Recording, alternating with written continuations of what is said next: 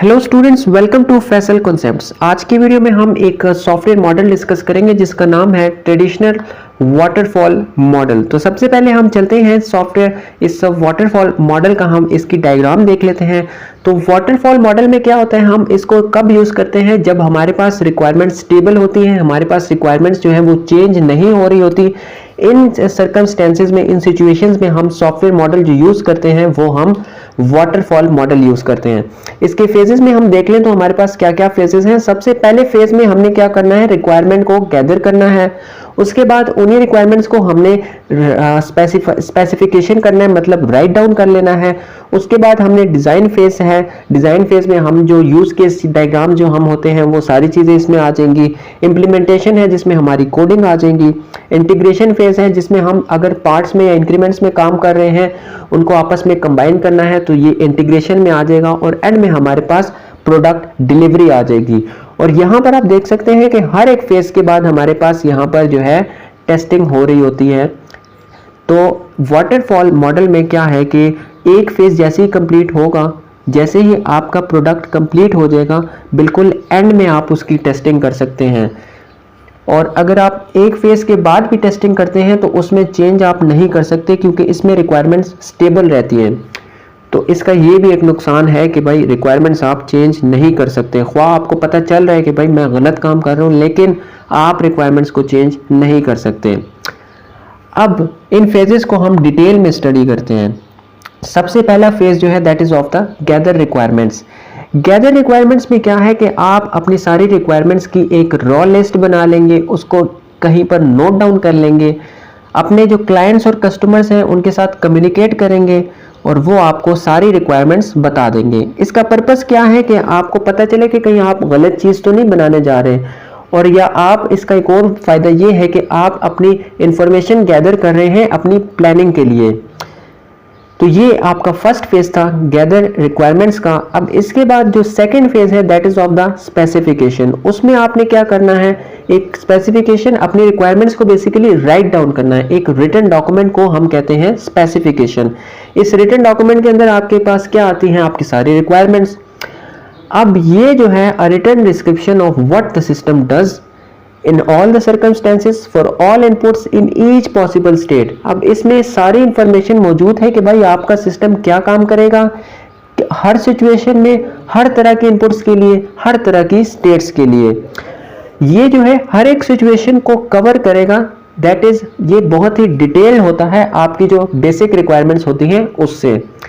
इसके बाद जो नेक्स्ट फेज है वो आपका फेज आ जाता है डिजाइन फेज।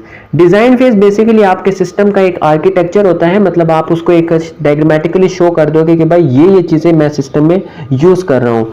अपने सिस्टम की आप जो है मॉड्यूल्स बना लोगे, उसकी प्रोटोटाइपिंग कर लोगे और फिर जो आपके जो मॉड्यूल्स हैं उनको आपस में जोड़ लोगे, उनके इंटरफेसेस बना लोगे। Much more of how the system works rather than what it does. अब डिजाइन फेज जो है वो हाउ फेज पे फोकस करता है। ये नहीं कि आपका सिस्टम क्या कर रहा है, बल्कि इस पे ज्यादा फोकस करेगा कि आपका सिस्टम कैसे काम कर रहा है। इसके बाद आपका जो नेक्स्ट फेज है वो है इम्प्लीमेंटेशन का फेज। इम्प्लीमेंटेशन फेज में बेसिकली हम आपने अब उसको इम्प्लीमेंट करना है, उसकी कोडिंग करनी है। तो सबसे पहले क्या करोगे भाई, आप एक प्लान बनाओगे कि भाई मैंने चीजों को किस तरह से डन करना है। अगर प्रायोरिटाइज करने की जरूरत पड़ती है तो प्रायोरिटाइज करोगे, और अगर टेस्टिंग करने की जरूरत पड़ती है तो उसके लिए आप प्लानिंग करोगे, और हर एक मॉड्यूल जो है आपका आप उसको टेस्ट करोगे। इम्प्लीमेंटेशन जब आपने कंप्लीट कर ली, कोडिंग कंप्लीट कर ली, उसके बाद नेक्स्ट फेज जो आता है वो आता है आपके पास इंटीग्रेशन का फेज। इंटीग्रेशन में क्या करोगे, अगर आप चंक्स में काम कर रहे हो या इंक्रीमेंट्स में काम कर रहे हो तो आपने उसको आपस में जोड़ना भी है। तो ये आपका हो जाता है इंटीग्रेशन का फेज।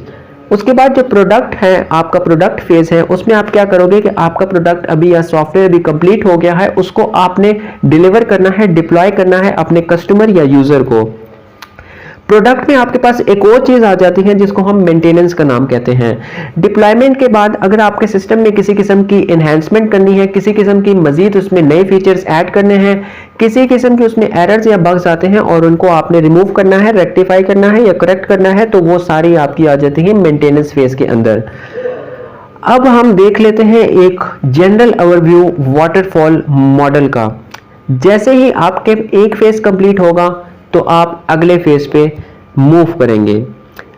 एक स्टेज के बाद आप दूसरे स्टेज पे मूव करने से पहले आप फीडबैक नहीं ले सकते। आपके हर एक फेज के बाद टेस्टिंग होगी। आपके रिक्वायरमेंट स्पेसिफिकेशंस और डिजाइन फेज आपके सब कुछ उसमें जो मौजूद है वो वेरीफाई होगा। ना ही सिर्फ आपकी जो कोडिंग है और इंटीग्रेशन है, ना सिर्फ उसमें टेस्टिंग होगी, बल्कि जितने भी सारे फेजेस हैं उन तमाम फेजेस की कंप्लीशन के बाद उसमें टेस्टिंग होगी। अब वाटरफॉल मॉडल के साथ हमारे क्या क्या रिस्क लिंक्ड हैं तो वो हम देख लेते हैं। The major risk are relies heavily on being able to accurately assess requirements at the start. मतलब इसका जो वाटरफॉल मॉडल है उस पर रिलाई करेगा कि आपने जो रिक्वायरमेंट्स ली हैं वो बिल्कुल एक्यूरेट होनी चाहिए, कंप्लीट होनी चाहिए, करेक्ट होनी चाहिए, किसी किस्म की उसमें एम्बिग्विटी नहीं होनी चाहिए। Little feedback from users until very late.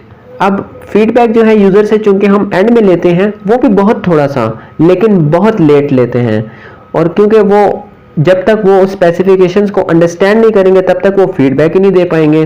तो इस वजह से वो फीडबैक अपना कम भी देंगे और लेट भी देंगे। Problems in the specification may be found very late. अब स्पेसिफिकेशन में प्रॉब्लम्स कब आएंगी? जब हम प्रोडक्ट उसको यूज करेंगे। तो यूज हम कब करेंगे उसको? जब प्रोडक्ट कंप्लीट हो जाएगा। तो स्पेसिफिकेशन में प्रॉब्लम्स भी लेट डिस्कवर होंगी। Whole process can take a long time before the first working version is seen. मतलब होल प्रोसेस, अब देखें, जब तक आपका वाटरफॉल आप यूज कर रहे हैं, जब तक आपका प्रोसेस कंप्लीट नहीं होता, फुली आपका प्रोडक्ट का डेवलप नहीं हो जाता, आप उसको यूज नहीं कर सकते, तो काफी सारा टाइम लग जाएगा।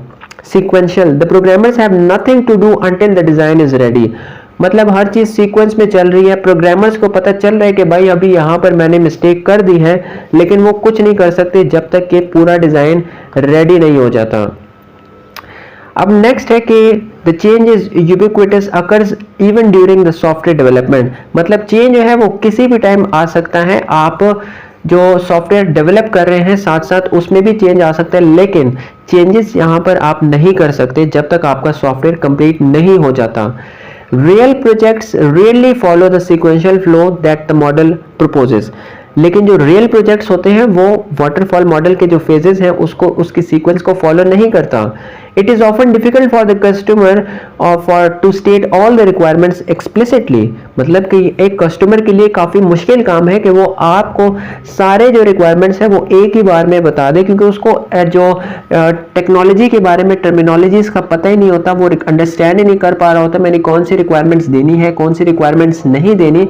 तो काफी मुश्किल होता है कस्टमर को सारी रिक्वायरमेंट्स एक ही टाइम पे सिमुल्टेनियसली देना।